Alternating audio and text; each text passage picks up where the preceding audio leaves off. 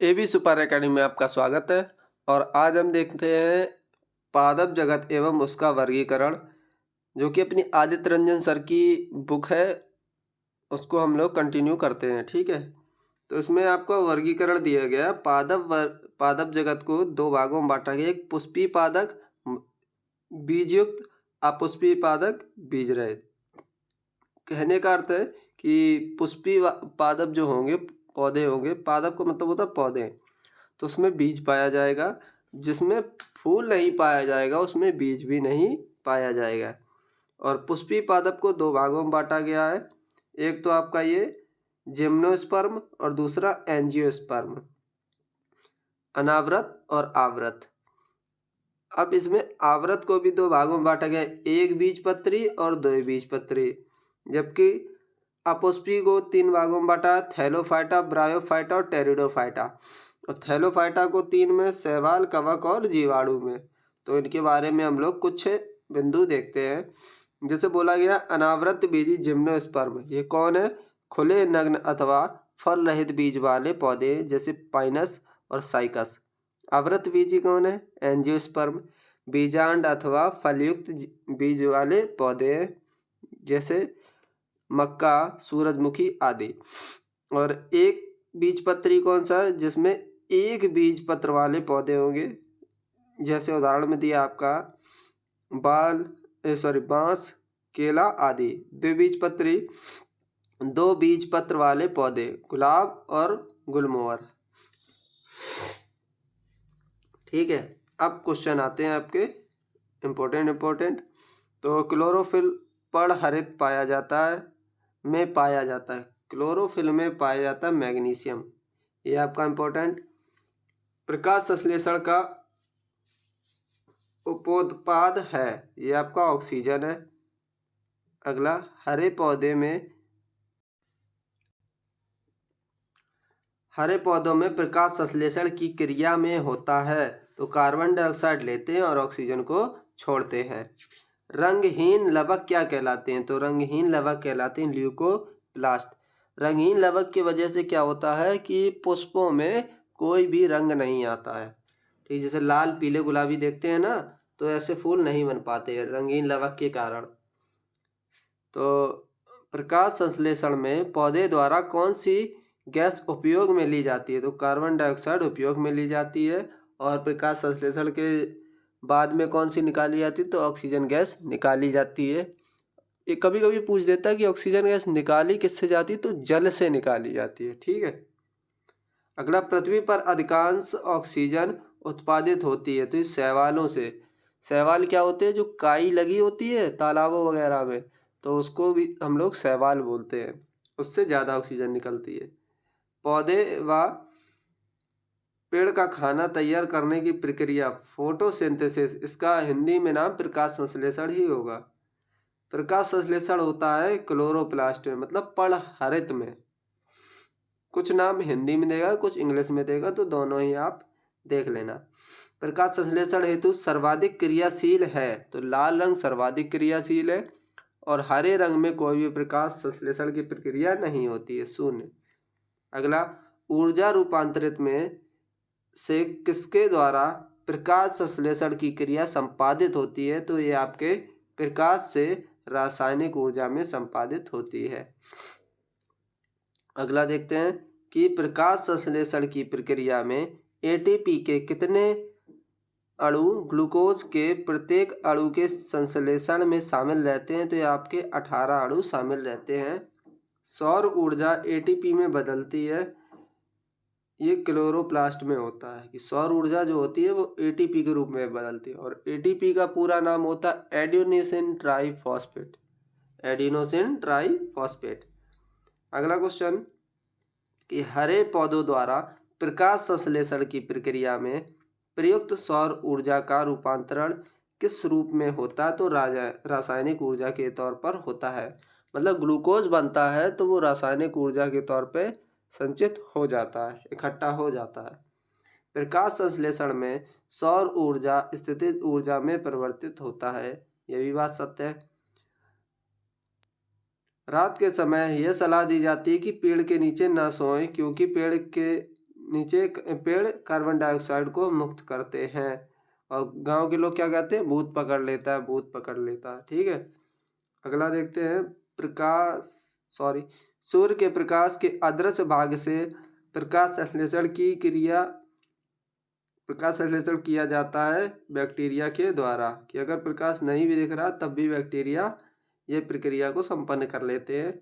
जब किसी वृक्ष की छाल वृक्ष के आधार के पास से गोलाकार चारों तरफ से हटा दी जाती है तो यह वृक्ष धीरे धीरे सूख जाता है और मर जाता है, क्योंकि जड़ें ऊर्जा से वंचित रह जाती है, जड़ों को ऊर्जा नहीं मिल पाती है।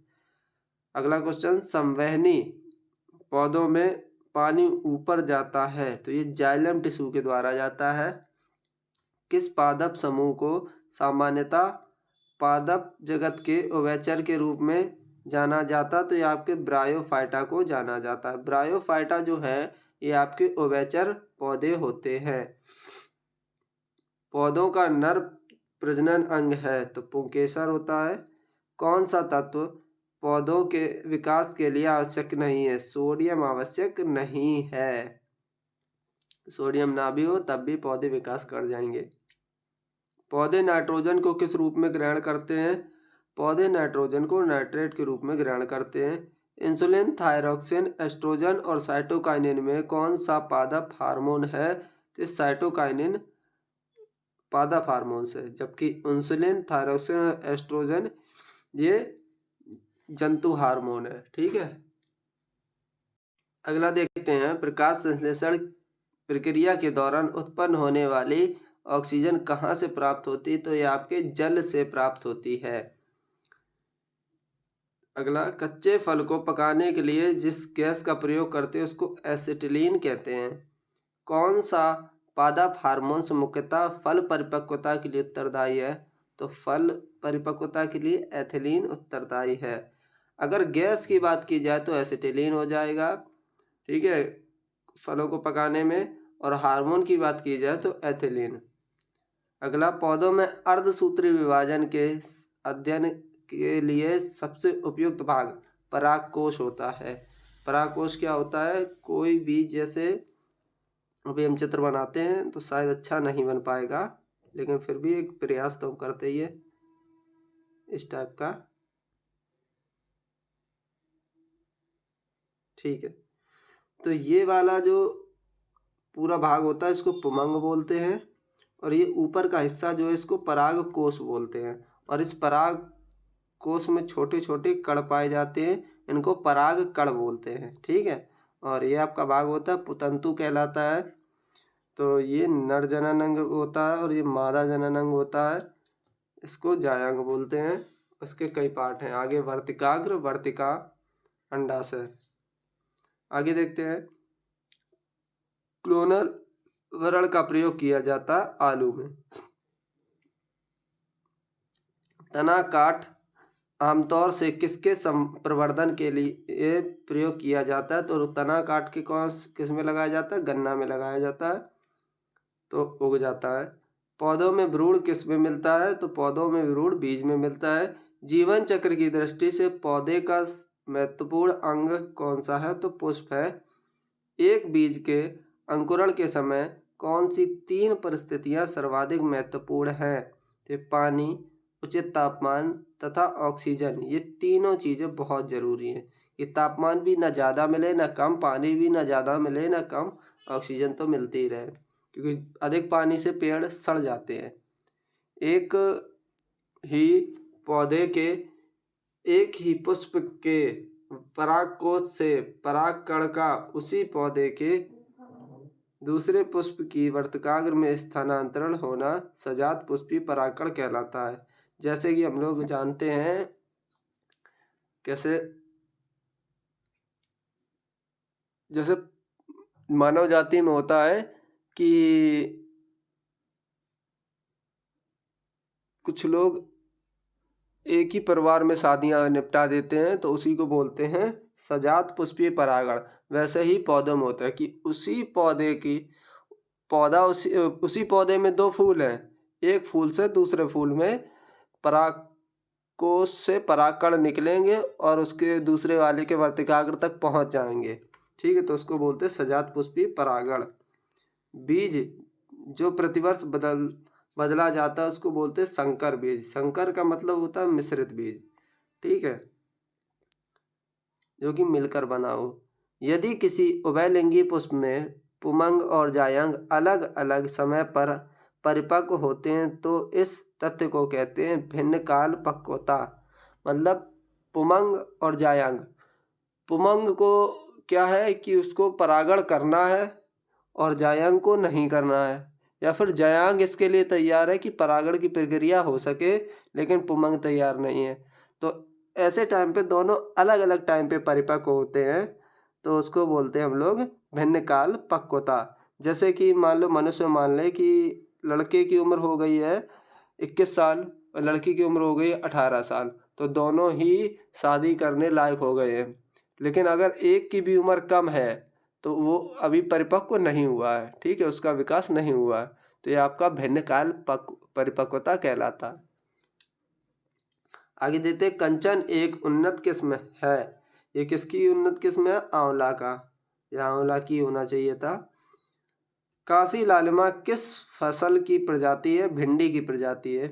अगला पाइन, फर, स्प्रूस, सेडार, लॉर्च एवं साइप्रस आदि मशहूर लकड़ी उत्पादक पौधों में से बहुत से भारत के पहाड़ी क्षेत्र में पाए जाते हैं। ये सभी क्या कहलाते हैं? ये सभी अनावृतबीजी कहलाते हैं। ठीक। तुलसी के पौधे का औषधि महत्व किसकी उपस्थिति के कारण होता है? हाँ, तुलसी को पूजा जाता है, बोला जाता है तुलसी माता। अच्छा, अगर इसको पूजा जाता है तो इसकी इसमें ऐसा क्या उपस्थित है? तो फिनॉल और फिनेवोनाइड ये आपके उपस्थित होते हैं, इस वजह से इसकी महत्वता बढ़ जाती है। चिलगोजा किस एक प्रजाति के बीज से प्राप्त होता है? तो पाइन के पौधे से प्राप्त होता है। देखते हैं, पुदीना के जड़, तना, पत्ती और पुष्प में से किस एक में तेल का अधिकतम प्रतिशत पाया जाता है? तो पुदीना की किस में से? पत्ती में से अधिक पाया जाता है। हम लोग अधिकतर पुदीना में पत्ती का ही उपयोग करते हैं, अधिकतर नहीं, ज़्यादा ही। कुनैन जो मलेरिया के लिए एक प्रमुख औषधि है वह प्राप्त होती है आवृतबीजी पौधे से। अगला देखते हैं कि मक्का की पत्तियों के शीर्ष का सफ़ेद होना सूचक है जिंक की कमी हो जाना। ठीक है, अगर जिंक की कमी है तो मक्का की पत्तियों के शीर्ष का भाग है वो सफ़ेद हो जाता है और इसी को वाइट बड रोग भी कहा जाता है। तो ये दोनों क्वेश्चन आपके एक साथ हो गए। पायरेला किस फसल का कीट है? तो पायरेला गन्ना की फसल का कीट है। मूंगफली का अत्यधिक हानिकारक रोग कौन सा है? ये टिक्का रोग है। सफ़ेद कीट एक महत्वपूर्ण कवक रोग है, ये सरसों का है। गेहूं पर पाए जाने वाले दो प्रमुख कवक रोग हैं, एक काला कीट और स्मट। करनाल बंट रोग है ये गेहूं फसल का। ये वीडियो उन लोगों को थोड़ा सा कम समझ आ रहा होगा जिसने पादप जगत को नहीं पढ़ा है। तो इस वीडियो में सिर्फ क्वेश्चन ही क्वेश्चन दिए गए हैं। तो आप एक काम करना, यूट्यूब पर पादप जगत के बारे में थोड़ा सा डिटेल वीडियो देख लेना, फिर इस पर आओगे तो पूरे A to Z क्वेश्चन सब समझ आएंगे। ठीक है, आगे देखते हैं।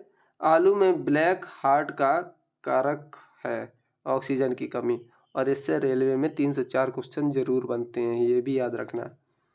या फिर और किसी एग्जाम में ये 2-3 क्वेश्चन तो बनते ही हैं, और एक एक क्वेश्चन बहुत इंपॉर्टेंट होता है आपके सिलेक्शन के लिए। मैंने कई लोगों को ऐसा देखा 0.37 से पार हुए हैं। ठीक है, धान का टुंगरो विषाणु प्रसारित होता है हरी पत्ती के फुद के द्वारा।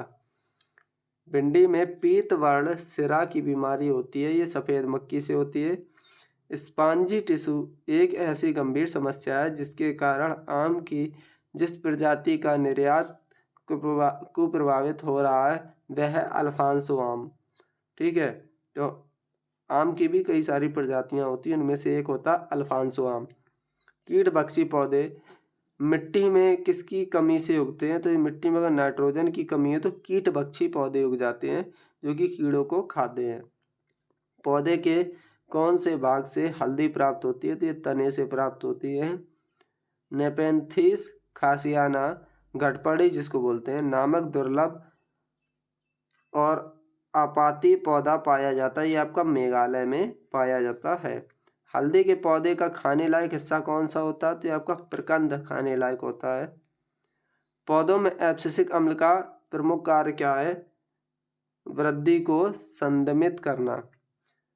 अदरक तना है, जड़ नहीं, क्योंकि इसमें नोड और इंटरनोड होते हैं। नोड और इंटरनोड दो भाग होते हैं, तो उसमें से देख लेना। बस इतना याद रखना, अदरक में नोड होता है इसीलिए तना है। पौधे अपना पोषक तत्व मुख्यतः किससे प्राप्त करते हैं? ये अपने पोषक तत्व को मृदा से प्राप्त करते हैं। जाइलम टिश्यू जो होता है, जाइलम ऊतक जल को ले जाता है, फ्लोएम ऊतक फूड को ले जाता है अथवा भोजन। फूड मतलब भोजन।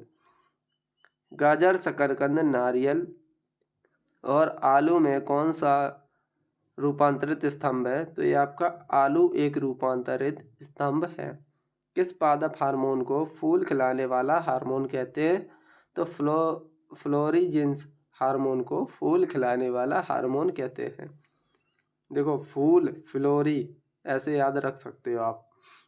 ऑप्शन दिखेगा, लगा देना। ठीक। लौंग पौधे के किस भाग से प्राप्त होती है? तो ये आपके शुष्क पुष्पकली से प्राप्त होती है। केसर होता है सूखा मिश्रण फूल के बीज बनाने वाले भागों का। आलू का कौन सा भाग खाया जाने के योग्य होता है? तना खाया जाने के योग्य होता है। लहसुन की अभिलाक्षणिक गंध का कारण क्या? सल्फर। लहसुन में गंध आती है सल्फर की वजह से। प्याज के छिलके उतारने पर आंसू आते हैं क्योंकि प्याज निष्कासित करते हैं, सल्फेनिक अम्ल को निकालते हैं। मिर्च की तीक्ष्णता का कारण क्या है? कैप्साइसिन की उपस्थिति।